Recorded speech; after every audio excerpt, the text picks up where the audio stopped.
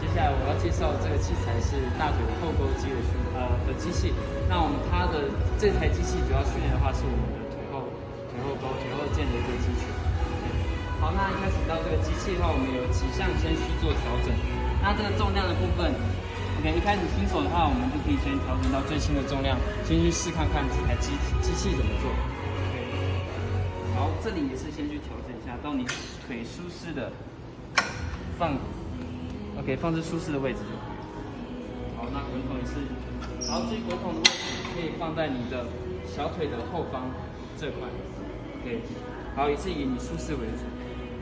OK， 好。OK， 我们请下学员示范。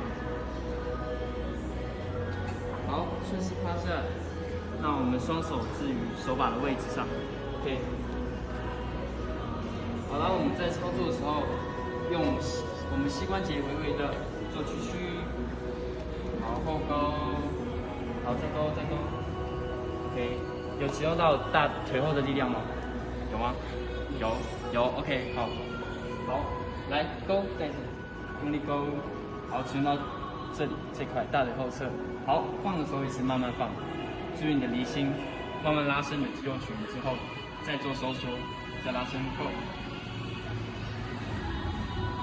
好，那注意做重训的时候要记得搭配吸气跟吐气。那你在勾的时候来做吐气，来勾，吐气。好，慢慢做。好，回放的时候做吸气。